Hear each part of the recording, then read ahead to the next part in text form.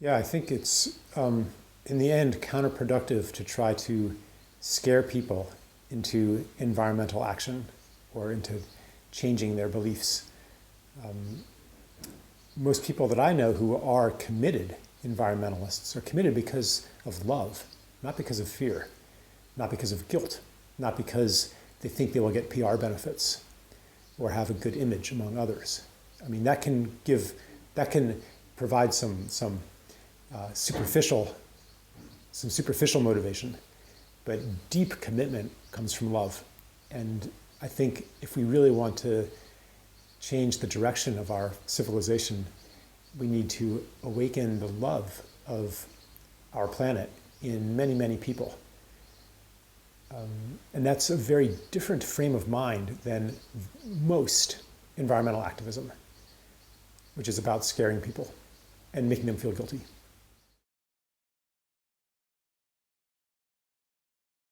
I mean, even the dominant narratives of today at least give lip service to well-being. So what has to happen? One thing, we just have to connect with reality, the reality that our current system doesn't provide well-being, despite an ideology that says that, because of economic progress, people are happier and happier. Obviously, that's not true. And of course, also we have to expand our conception of well-being to include non-human beings and even the planet as a whole.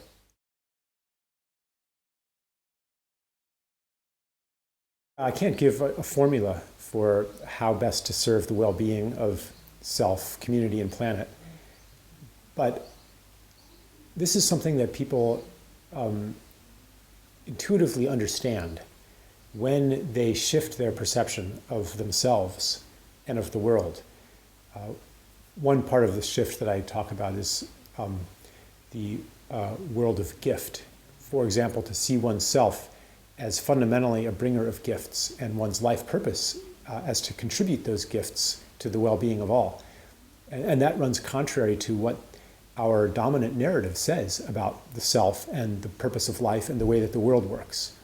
But when you begin to see the world as a gift circle or a gift network and understand the interdependency of all beings and the interbeing, the interexistence of the self, and to have this expanded experience of self, then it becomes second nature to respond to the call to give. The call is out there all the time. And when we become sensitive to that and develop, train ourselves to listen for that in every situation and deprogram ourselves from the fear that approaches every situation, with a little bit of wariness, with how am I going to get taken advantage of? How can I get the most from this situation? When we let go of that and instead approach each situation with what am I called upon to give and to receive, and this orientation makes visible the right action in any given situation.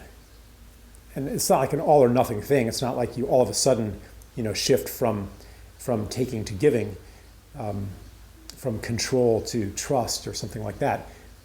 There are 1,000, 1,000,000 facets of this shift.